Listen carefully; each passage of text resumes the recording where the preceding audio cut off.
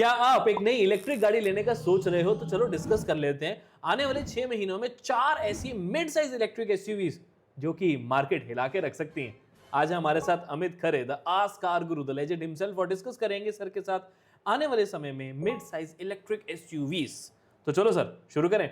बिल्कुल, क्योंकि एक दो नहीं बहुत सारी गाड़ियां आ रही हैं और इलेक्ट्रिक का बाजार धीरे धीरे गर्म हो रहा है बिल्कुल। और लगातार सेल इंक्रीज कर रही है। बड़े शहरों में इसका असर दिखने लगा है। सड़क पर अगर आप निकल जाओ दिल्ली की तो आपको इलेक्ट्रिक कारें एक के बाद एक दिख रही हैं, जो बिल्कुल। बता रहा है कि लोग बुरा भला कहने वाले भले सोशल मीडिया पे हैं, लेकिन खरीदने वाले भी उनसे ज़्यादा है। एब्सोल्युटली सर, मैं बिल्कुल एग्री करता हूं आपसे। और आज की जो हमारी वीडियो है ना, वो बड़े ब्रांड्स के ऊपर है, main brands of Indian automobile industry.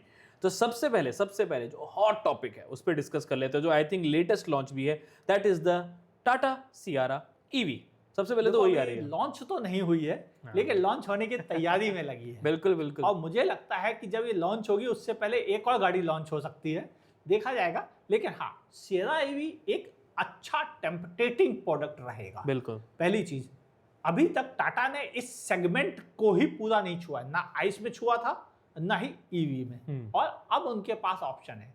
अब कहने को तो 4.3 मीटर कर्व भी थी, लेकिन वो एसयूवी नहीं थी। और एसयूवी को लेकर हम इंडियंस की दीवानगी थोड़ा एक लेवल ऊपर है, और इसीलिए कर्व से वो नंबर्स भी टाटा को नहीं मिले जिसकी उम्मीद शायद टाटा को रही हो, भले मुझे नहीं थी। मुझे मालूम था कि ये कूपे है तो कूपे जितनी ही सेल करेगी, एसयूवी जितनी नहीं करेगी। तो अब एसयूवी है और सियरा है, पुराना नाम भी है और गाड़ी देखने में भी तो यार जबरदस्त लग रही है। तो मुझे लगता है कि कुछ धमाल कर सकती है गाड़ी। बात तो सही है आपकी सर। थोड़ा थोड़ा स्पेसिफिकेशंस के बारे में बता दो सर। 2 बैटरी पैक्स कौन से हो सकते हैं? देखो, मुझे लगता है कि एक तो वो 59 किलोवाट वाला वो रहेगा, और एक थोड़ा बड़ा बैक हो सकता है, क्या पता 71। ओके। आपको लगता है कि 75 टाटा हैरियर वाला आएगा, ज़्यादा बड़ा हो जाएगा? देखो, इतनी जगह भी तो होनी चाहिए। हैरियर एक बड़ी गाड़ी है, वहाँ काफ़ी जगह थी ज़्यादा बैटरी लगाने की। लेकिन टाटा हैरियर बॉर्न ईवी नहीं है, ये बॉर्न ईवी है। हाँ, वो अलग बात है। वो बॉर्न ईवी एक्चुअल वैसे नहीं है, लेकिन उन्होंने भी जो डिजाइनिंग की है वो बॉडी ऊपर से लगाई है। बिल्कुल। तो ये डिफरेंस है, और शायद इस बार ये एक एक्चुअल बॉर्न ईवी आएगी आपको। ठीक है सर। और इसमें मेजर फीचर्स? देखो, मेजर फीचर्स 3 स्क्रीन जो आजकल ट्रेंड में भी है, ट्रिपल और स्क्रीन टाटा पूरी। ने पहली बार दांव खेल दिया कि इस सेगमेंट में पहली 3 स्क्रीन वाली गाड़ी आएगी। इसके अलावा जो रेगुलर फीचर्स टाटा देती है वो होंगे।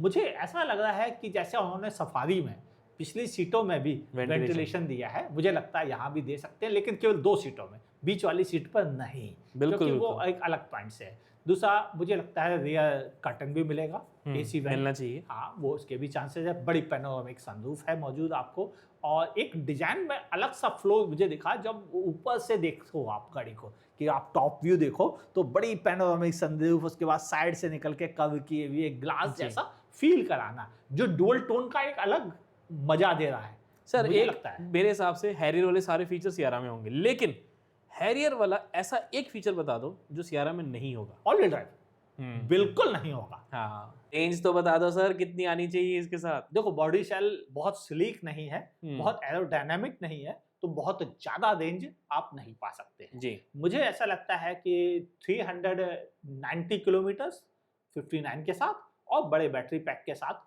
लगभग 450 किलोमीटर दिया जा सकता है। बिल्कुल।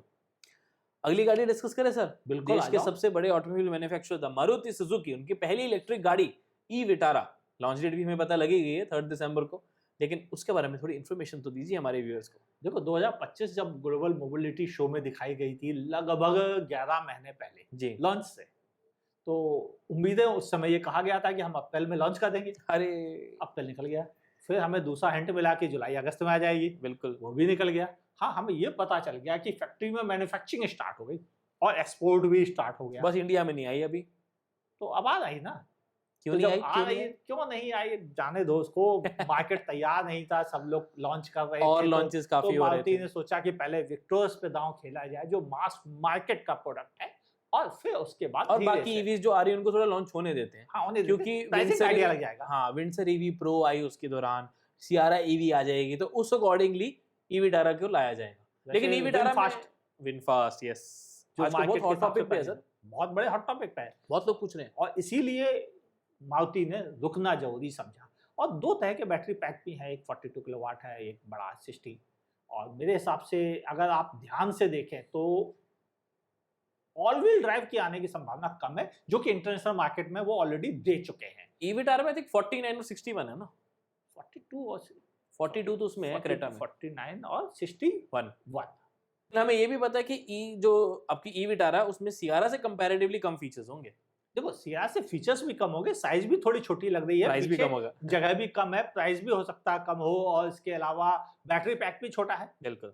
जहां एक 49 और दूसरा 61। तो अफोर्डेबिलिटी से ई विटारा आएगी, लेकिन जो शौक पूरे करना चाहते हैं लोग फीचर और साइज और स्पेस को लेके, तो वो हाँ वो सेरा एवी की तरफ जा सकते हैं, लेकिन मुझे लगता तो नहीं है कि मारुति इतनी सस्ती लॉन्च करेगा। देखते हैं, करनी तो चाहिए सर, वैसे मेरा देखो मानना यार, चाहिए। दिल क्या चाहता है वो अलग बात है, और मारुति क्या करता है वो अलग बात है। ठीक है सर। अब ई विटारा की बात हुई है, तो अब मारुति और टोयोटा की जो कोलैबोरेशन है, उससे टोयोटा भी तो अपनी एक ईवी लेके आएगा, अर्बन क्रूजर।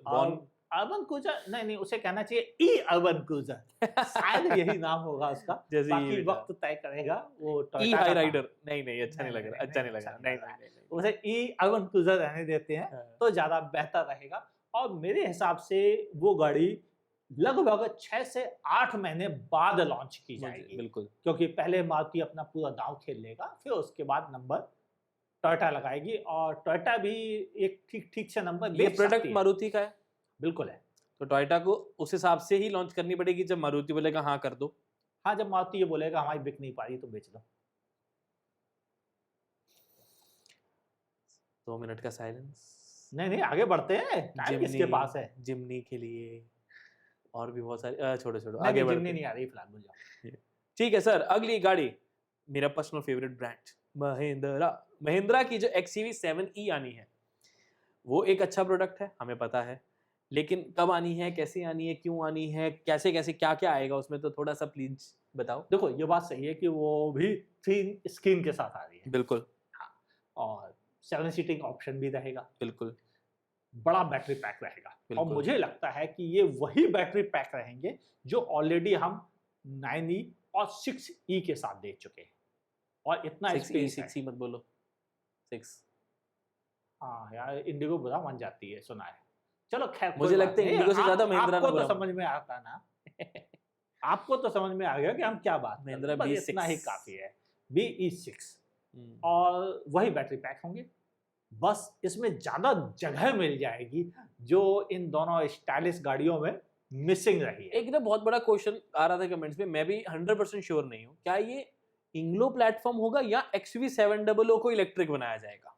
देखो मुझे लगता है कि जो सिस्टम टाटा अपना रही है कि हम प्लेटफॉर्म तो अपना बना लेंगे और उसके ऊपर गाड़ी रख के चिपका देंगे, तो मुझे लगता है इनको भी वही करना चाहिए, और उससे जगह ज्यादा अच्छे से निकल के आती है, और बैटरी भी अच्छे से एडजस्ट हो जाती है, ज्यादा बड़ी साइज की, और सेफ्टी पॉइंट ऑफ व्यू से भी वो बेहतर रहती है। ठीक है सर। तो मुझे लगता है ये ही सिस्टम इसमें भी जारी रहेगा, यानी खूब सारी जगह और सही कीमत पर एक 7 सीटर। मुझे तो ये देखना 3rd रो में कितनी स्पेस आती है इसकी।